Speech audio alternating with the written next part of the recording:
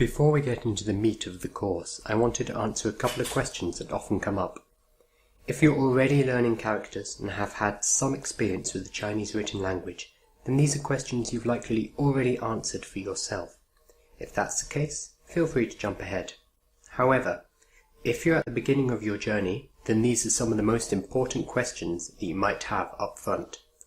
We're going to take a couple of minutes now to answer them so that you start out on the right footing. This section is intended to get everyone onto the same page and to clear away any misconceptions that you might have. I've covered the questions that come up the most, but if you have any specific questions I don't talk about here, please ask in the comments and I'll get back to you with a response. If enough people have the same question or a similar enough question, I'll add more videos to this section.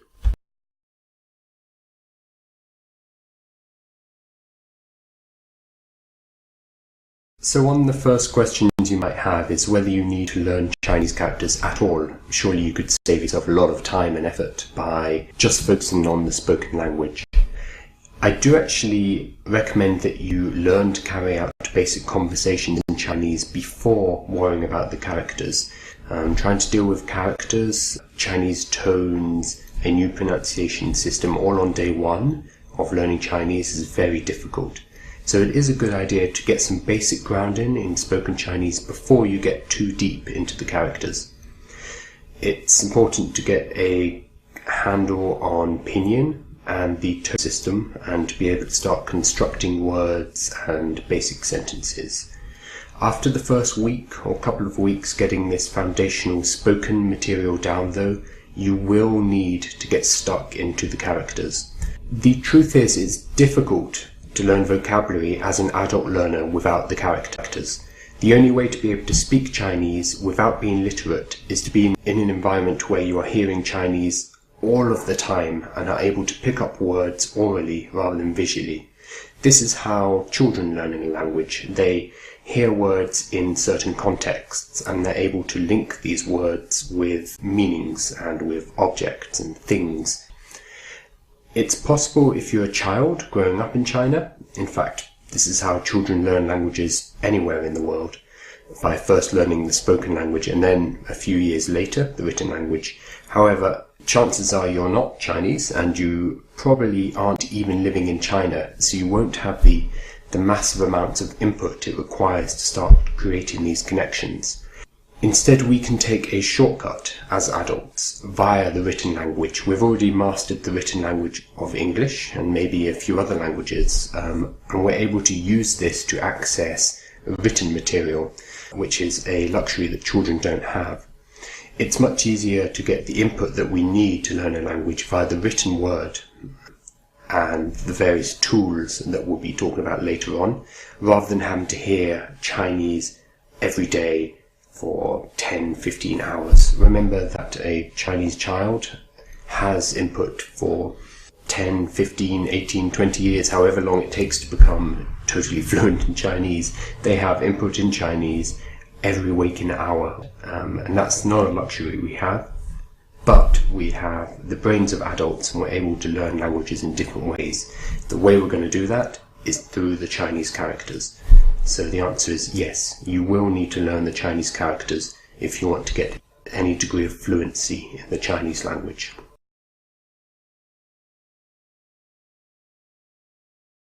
You might think that it's possible to take a shortcut and only learn Pinyin. Pinyin is the romanized version of Chinese, which renders Chinese characters and their pronunciation in Roman letters, so the alphabet that we know, A, B, C, D, E, F, G. It's not possible to rely on only Pinyin, and here's a good reason why. 实是事实是事事实事实实施 In my defense, I'm not very good at tongue twisters in English, so this one's pretty tricky. If you want to hear a native speaker completing this tongue twister, the whole poem, there's a YouTube video in the links below. That's the first line of the lion-eating poet in the Stone Den poem. The problem with trying to learn Chinese entirely through Pinyin is that there are relatively few sounds in Chinese. There are roughly 440 sound combinations possible in Pinyin, A sound combination is a combination of an initial, like b, p, m, f, and a final, like a, o, u, i. It sounds like a lot to have 440 sounds, but in comparison, English has tens of thousands because we can combine many letters into longer words. In Chinese, every sound is a combination of just one initial and one final, which leads to very few possible sound combinations. The limited sound set in Chinese is the reason why Chinese uses tones. We use inflection to change the meaning of a particular sound in Pinyin. In practice, this multiplies the sound set by 4 or 5 times if we include the neutral tone, which still only gives us a few thousand sounds compared to tens of thousands in English. So this is the reason why characters are used. The first line in the poem in characters looks like this. Using only the pinyin, there's no way to tell what we're actually referring to. We can't tell whether this is stone or whether this is the number 10. Even a native Chinese speaker would struggle without seeing the characters, especially if they don't know the poem. The characters tell us the actual meaning of each of these sh sounds, and without the characters, there's no way we could understand. So, whilst learning the characters may seem more difficult at this point than learning Pinyin, the truth is that Pinyin is never going to take us far enough to be able to convey the meaning that we need to. Trying to express this without the characters is actually impossible. Whilst the characters are one of the more complex aspects of Chinese, they're actually a lot more interesting than just using Pinyin. In addition, with the knowledge and the tools that you're going to be learning during this course, learning the characters is going to be a lot more fun and going to take a lot less time than you expected.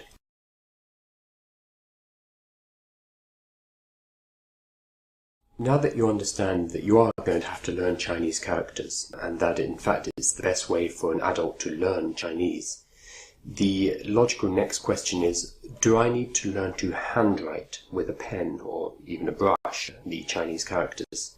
The short answer to this is no, but this is a controversial answer. Think briefly how often you handwrite in English or your native language, whatever it is. Chances are not that often, generally for noting things down, making a quick list of things to do for the day, maybe a birthday card or a get well soon card. But the vast majority of the time we communicate through the written word on our telephones or on computers. And this is exactly the same in China. The vast majority of everyday written Chinese is now typed. The good news is that typing in Chinese is actually very easy. If you haven't done it before, basically you type the pinyin and your computer or your telephone will predict what you're trying to write. 90% of the time it will guess correctly, and you simply need to choose the correct character from a selection that you are presented with. This requires a few skills. You need to know the pronunciation, i.e. the pinyin, so that you can type it.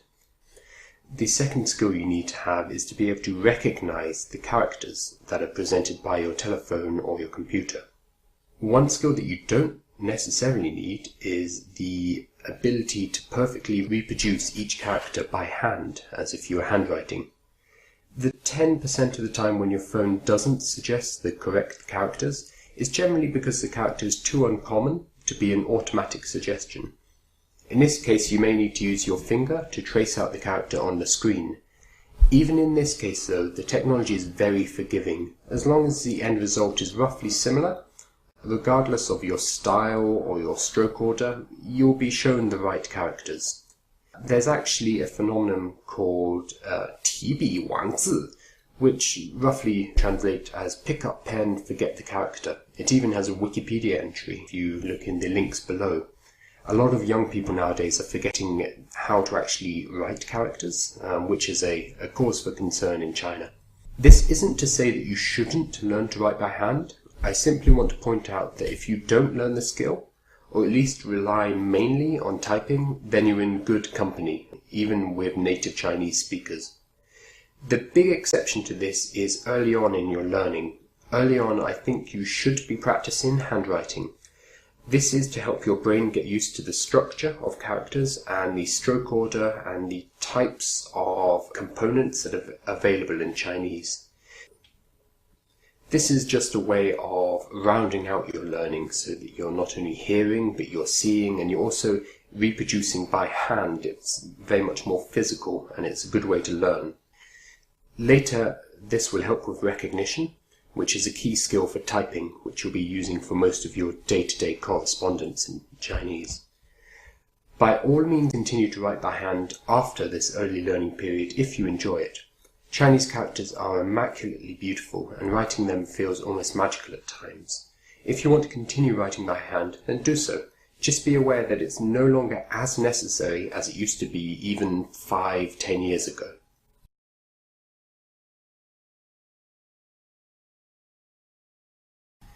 The next big question is, which set of Chinese characters should I be learning? There are two sets of Chinese characters. There are the traditional and the simplified. Very roughly, the traditional characters are used in Taiwan, Hong Kong, Macau, and parts of Guangdong on the mainland. Cantonese, which is spoken in Hong Kong, Macau, and parts of Guangdong, use traditional characters. Also, Japanese kanji stems from traditional characters, which is something you might want to bear in mind if you've previously learned Japanese or plan to do so in the future. Simplified characters are used pretty much everywhere else, the main place being mainland China.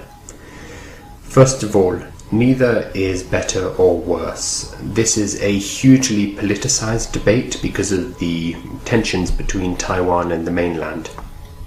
It's very hard not to get wrapped up in the political elements here. It's something that doesn't interest me and I'm not going to talk about. If this does interest you, there's a great Wikipedia page. Again, it's in the links. I imagine that this is one of the most difficult to maintain Wikipedia pages on earth, and I don't begrudge the brave souls trying to keep it unvandalized. Even the name simplified and traditional is somewhat politicized. In Taiwan, traditional characters are referred to as proper rather than traditional, which gives you an idea of what we're talking about here. The answer to the question of which character set you should learn depends entirely on you, not on anything political, not on anything cultural outside of your particular situations. If you are learning Cantonese rather than Mandarin Chinese, then you should be learning traditional characters. That's nice and simple.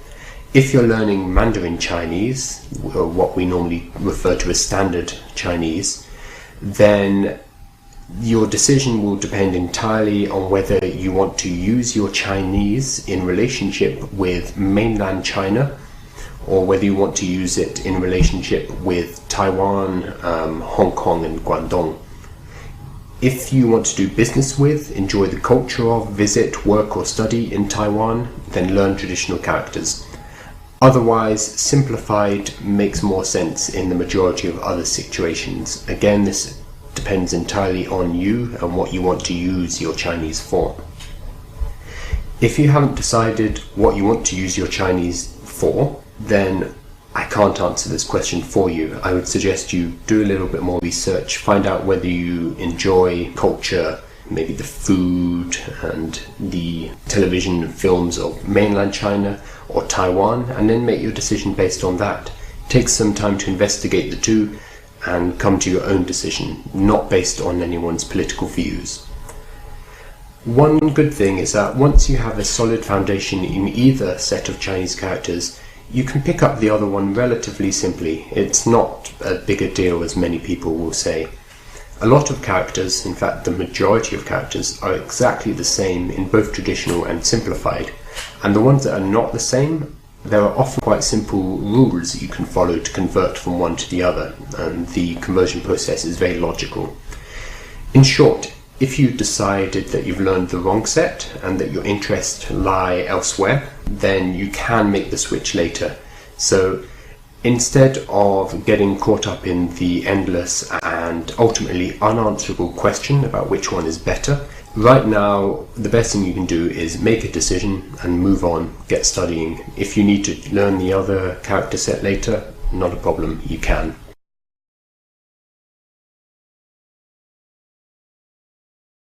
Another common question is, how many Chinese characters do I need to know?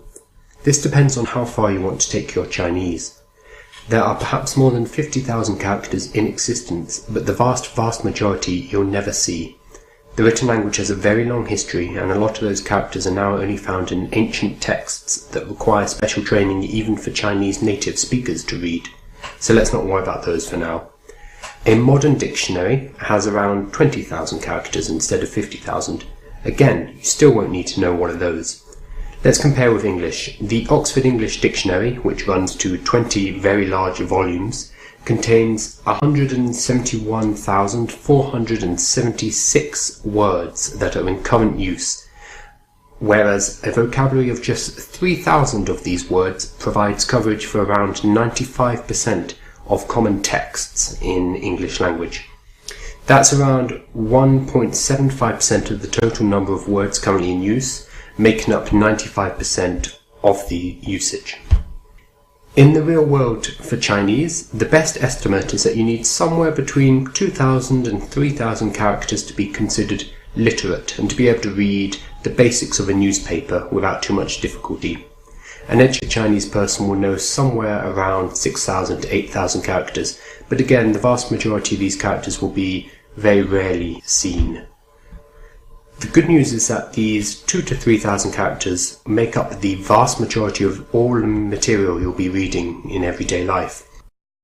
According to research, the character frequency to recognize half of the characters in a newspaper article, you only need around 152 characters, not very many at all. This seems surprising, but think again about English. The huge majority of the content that we read is made up of words that are used again and again and again. These words like the, he, but, has. These are words that make up the vast majority of written material, and this is the same in English, Chinese, and all foreign languages. To get 75% comprehension, we require around 482 characters. 85% comprehension occurs at around 788 characters, and 95% comprehension is at around 1,566 characters. So even if you do know 2,000 to 3,000 Chinese characters, it's these same 1,500 that will be making up the vast majority of everything you read in Chinese. If you're interested in the research that makes up these frequency lists, then you can check the link in the description below. Also on Sensible Chinese, you can find lists of the 1,500 most frequent characters, as well as other lists focusing on words. Otherwise, be happy in the knowledge that it's not actually necessary to learn tens of thousands of Chinese characters. Instead, by focusing on the most frequently used characters, we can vastly cut down our workload. Instead of learning rare characters that we won't ever use, we'll instead be concentrating on the most frequently and the most commonly used characters. This is equivalent to learning the English word for bus or car before we learn jet ski or zeppelin, or perhaps learning the word door before we learn portcullis. One important distinction before we move on. Asking how many characters we need to know is not actually the most important question. It's the question that's asked the most because most people are familiar with the concept of Chinese characters, but the most useful thing to know is how many words we would need to know. A word is different to a Chinese character, although sometimes words are one character long, so this distinction becomes very confusing. Words tend to be, on average, 2 characters. We'll be talking about this a lot more later though, and the good news is that learning words from characters you already know is a lot easier than learning the characters in the first place.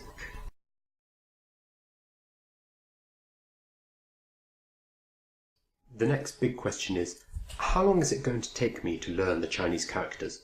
First of all, now that you're working your way through this course, the answer is going to be much less time than it would have previously. It's not uncommon for a student to spend the first year or so just getting their heads around what on earth is going on. Throughout this course I'm going to be showing you the internal logic of characters and words and make them much more understandable and less frustrating. Once I've shown you this, I'll be giving you an efficient system that you can use on a daily basis to learn and remember characters and words. However, it's still going to take time. It's simply not possible to memorize, say, 2,500 characters in a week or two. If you're learning 5 a day, then that's going to take 500 days to get to 2,500 characters. That's about a year and a half, which is a long time. What if you could get that up to 15 a day?